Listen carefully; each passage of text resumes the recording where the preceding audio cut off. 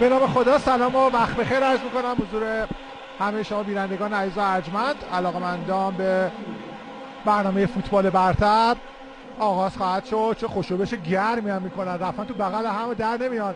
علیرضا منصوریان و برانکو ایوانکوویچ.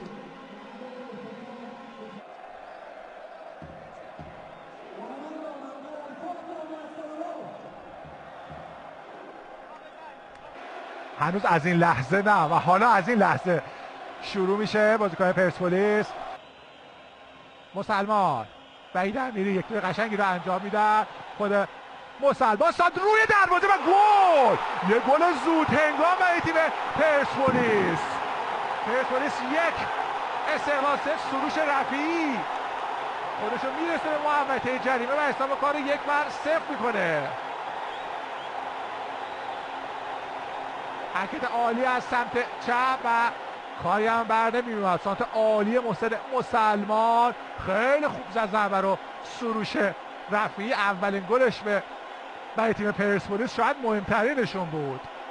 پاس محسن مسلمان به دهانه دروازه و ضربه سروش رفیعی حساب کار رو 1-0 میکنه. چقدر خوشحال سروش. توپ میاد روی دروازه، یک ضربه سر. چقدر خوب کار کرده و توپی که از بالای دروازه مهدی طارمی به بیرون زد. برانکو رو دیدی، سانت وحید امیری و این ضربه سر از طارمی که توپش از بالای دروازه با این اختلاف کم به بیرون رفت.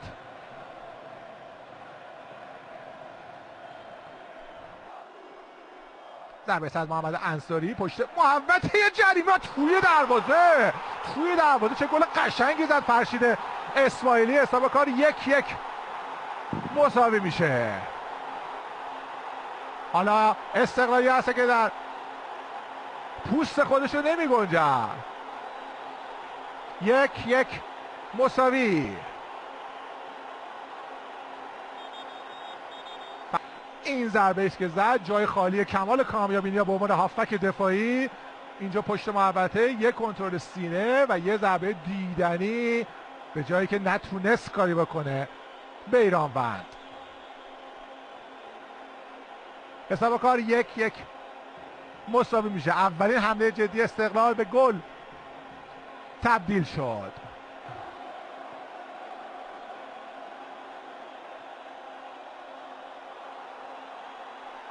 با تمرکز بازیکن استقلال خود فرشید اسماعیلی به دهانه دروازه و گل دوم قربانی میزنه. استقلال 2 پرسپولیس 1. این بار فرشید اسماعیلی پاس گل داد و چقدر رویایی داره پیش میره اوضاع برای منصوریان. برانکو دیده میشه. این ساندش که انجام شد، این ضربه سر پاس عالی فرشید اسماعیلی و ضربه تمام کننده قربانی حساب کار رو 2-1 میکنه. پرسپولیس که یکی جلو بود و مسلط به همه چی، یه دفعه بازی رو وا داد. رامی به دهانه دروازه و توپی که از کنار دروازه بیرون میزنه. مهدی طارمی میلیمتری فکر کنم رفت بیرون. میگه منو ببین. این توپیست که فرستاد رامین رضا پشت سرش صابون ضربه رو و توپ از کنار دروازه با اختلاف خیلی کم به بیرون رفت.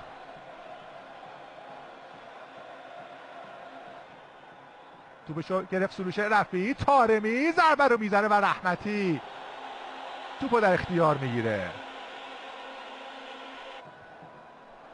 کاوه رضایی 1-2 هست. خود کاوه پاس در عرض میندازه. یه موقعیت شوته با پای چپ علی قربانی و توپی که از کنار دروازه به بیرون رفت. رامین رضایی ضربه رو میذاره، خوبم زد. توپش از کنار دروازه به بیرون رفت.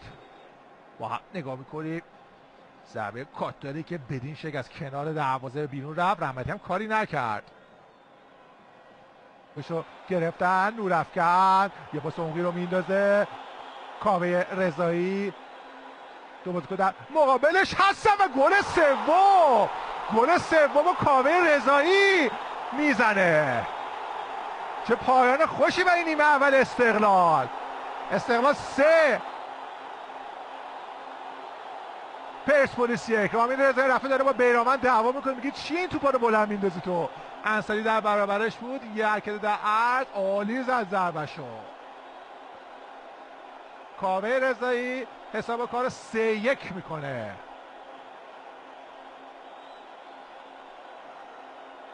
راحت جامون محمد انصاری.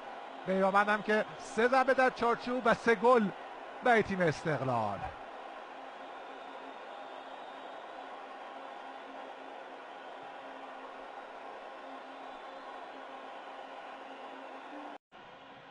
سروش میبره به سمت چپ، فرشاد احمدزاده سانتش انجام میشه روی دروازه، ضربه سر رو زد مهدی طارمی، فکر کنم به یکی خورد و بعد در اختیار رحمتی قرار گرفت.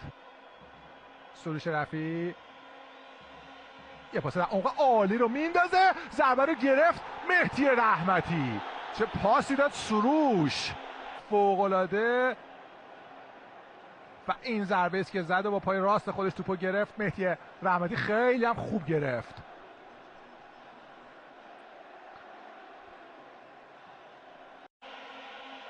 فرستاده بشه، توپ میاد روی دروازه، ضربه اول بازیکن استقلال میزنن، توپ سرگردان در دهانه دروازه و مهدی رحمتی که توپو میگیره.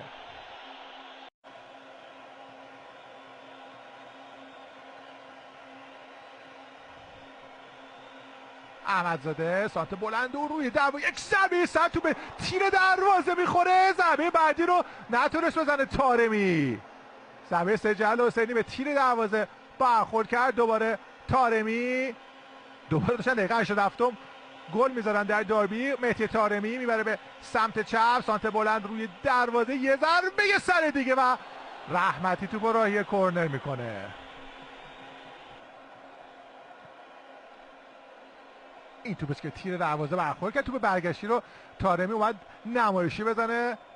پرتاب حالا بازی رو نگه میداره. اوه چه دعوایش اونجا، چیکار دارن میکنن سید جلال و مهدی رحمتی. یکی باید بگیره سید جلال، یک کارت زرد برای سید جلال و رحمتی هم کارت خواهد گرفت. پرتاب از وحید امیری، این ضربه سر توی دروازه، گل دوم میزنه. اوه اوه اوه، فکر کنم زدش مهدی رحمتی. کارت زرد دوم و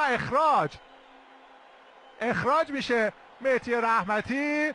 3-2 میشه حساب کار. الان دیگه دروازه‌بان ندارن، تعویضا رو انجام دادن که بره تو گل وایسه. چه بازی شده در این دقایق پایانی. 3-2 میشه حساب کار. اومد بره توپو برداره، یه شیطنت کرد اونجا، فکر کنم هولم داد یه جورایی پادوانی رو، توپو در درون دروازه قرار داد. اینجا نگاه کنید، اینجا زد، پیازداغش هم زیاد کرد سید جلال و استقلال 10 نفره میشه. گلر هم نداره، ببینیم کیو میذارن تو گل. تلاش سید مجید حسینی هم ثمری نداشت. سید جلال حسینی بعد انتقامی گرفت از مهدی رحمتی که باش درگیر شده بود.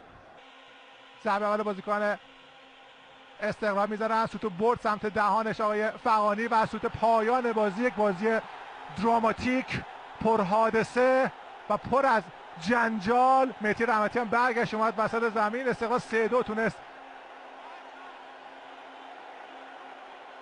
ببره پرسپولیس. سید جلال رفت سمت مهدی رحمتی چون خوشحالیش رفت سمت اون، یکی بعد سید جلال حالا بگیره.